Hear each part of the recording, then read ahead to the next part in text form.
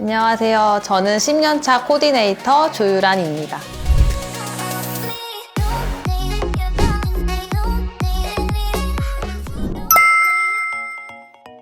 저는 사실 그 전에 하던 일이 수입이 되게 안정적이지가 않았어요. 그래서 안정적인 수입이 필요했고, 그래서 직업을 찾아보던 중에 치과 코디네이터라는 직업을 알게 돼서 그때부터 시작하게 됐습니다. 사실 그 전에는 연극 배우로 활동을 했어서 공연을 하고 아르바이트도 여러 가지를 했었어요. 빵집이나 당구장, 커피숍 이런 여러 가지 아르바이트를 하면서 생계 유지를 했었습니다. 일단 장점이라고 한다고 하면 사실 저는 치과가 사실 이렇게 쉽게 갈 수 있는 곳은 아니잖아요. 지금도 아직 체어에 누우면은 좀 긴장되긴 하는데 그래도 좀 치과에 대한 공포감은 좀 덜게 됐고요. 그리고 이제 진료적인 지식을 습득하다 보니까 치과 진료에 대한 이해가 조금 더 쉬운 면도 있고, 그리고 이제 가족이나 이제 지인분들 치료가 필요한 경우에는 이제 직원 할인 같은 거를 또 해드릴 수 있어서 저는 그것도 굉장한 장점이라고 생각해요. 단점이라고 한다고 하면 사실 이게 사람을 상대하는 직업이다 보니까 사람한테서 오는 스트레스가 굉장히 많은 편이에요. 그래서 가끔 저는 무인도 가고 싶을 때가 있어요. 사실 저는 그렇게 생각하진 않지만 환자분들은 그렇게 생각하는 경우가 좀 많으신 것 같아요. 그래서 서비스 마인드를 버릴 수는 없어요. 사실 수명이라고 본다고 하면 단순 코디네이터만 생각하면 사실 길다고는 생각을 안 해요. 그렇지만 이제 상담 업무를 하면서 상담 스킬을 쌓으면서 상담실장으로 나가거나 아니면 저 같은 경우에는 사실 코디네이터로 일하기만은 좀 부족해서 간호조무사 자격증을 땄거든요. 그래서 진료실 일도 병행하다 보면 오래 할 수 있는 직업이라고 저는 생각하고, 아무래도 현대 이제 기술이 좀 많이 발전했잖아요. 그래서 이제 로봇들이 대신 할 수 있는 일이 많긴 한데 병원에는 사실 아파서 진료 보러 오시는 분들이 많기 때문에 감정적인 부분을 사람이 케어해야지 로봇이 케어하기는 좀 어려운 부분이라 생각해서 그런 부분에서는 저는 장기적으로 오래 할 수 있는 직업이라 생각해요.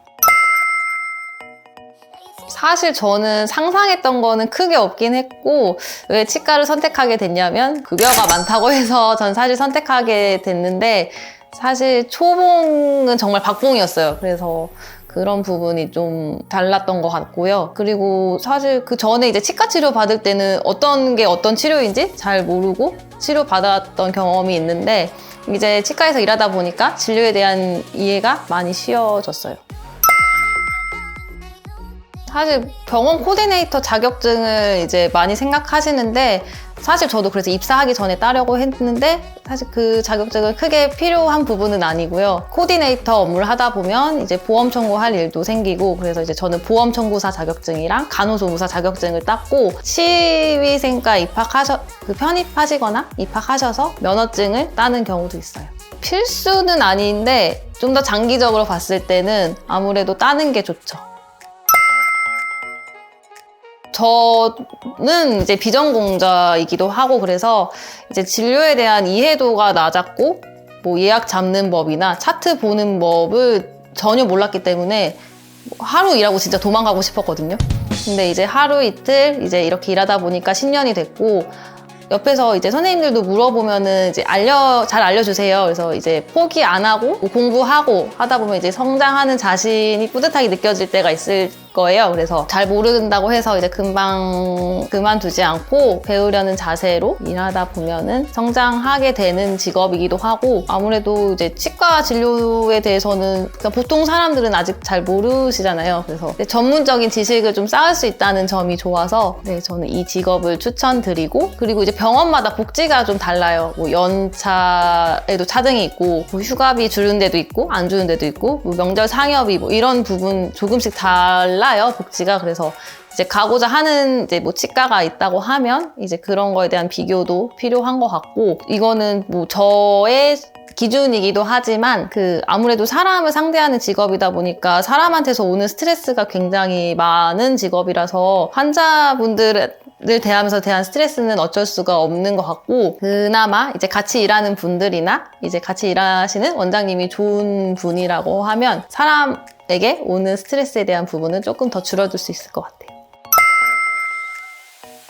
구조라고 한다고 하면 저는 이제 1년차 때는 아예 데스크랑 이제 진료실 나눠진 병원에서 시작했어서 데스크 업무만 본다고 하면 이제 단순 코디네이터가 있었고 그 위에 이제 선임 이제 보험 청구하시는 분이 있었고 그리고 상담 실장님 이렇게 나뉘어져 있었어요. 그리고 근데 이제 조금만 이제 자기가 경력을 쌓다 보면 데스크에 앉아 있으면은 이제 단순하게 예약이나 수납 업무만 하기보다는 보험 청구나 이제 행정 업무 같은 일도 점점 늘려가게 되는 것 같아요. 의사가 할 수 있는 영역이 따로 있고 치의생사가 할 수 있는 영역이 따로 있고 이제 코디네이터가 할 수 있는 영역이 다 따로 나뉘어져 있어요. 저는 접수, 수납, 예약, 이제 환자 관리나 간단한 행정 업무 등을 맡고 있어요. 그리고 간단하게 상담도 하기도 하고요.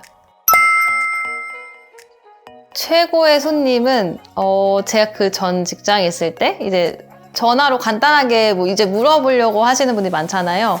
그래서 저는 그냥 이제 평소 하던 대로 답변을 해드렸는데 알고 보니까 그분이 원장님의 교수님의 지인분이셨던가 그러셨어요. 그래서 되게 친절히 상담해줬다고 칭찬을 하셨던 기억이 있어서 너무 뿌듯했고요. 그리고 진상 환자분들 사실 좀 많기는 한데 저는 약간 당연한 거를 너무 당연하게 생각하는 거에 대해서 좀 불편함을 느끼기 때문에 당연히 대접받으려고 하시는 분들 이제 진료를 당연히 해서 저는 수납이 되어야 되는 상황인데 진료비를 안 주려고 하시는 분들이나 그리고 요새 그 치과 사보험이 되게 많이 가입들 하시더라고요.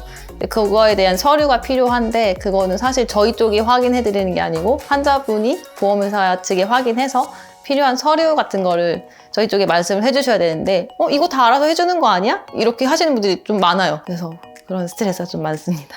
무조건 화만 내면서 대화하지 않으시고 자기 고집만 내세우지 않으시고 저희의 얘기도 좀 들어주시려고 한다면 조금 더 이제 원활하게 소통이 될 것 같아요. 사실 환자한테서 오는 스트레스도 많긴 하지만 전 좀 되게 불편하더라고요. 사실 초봉은 진짜 였어요.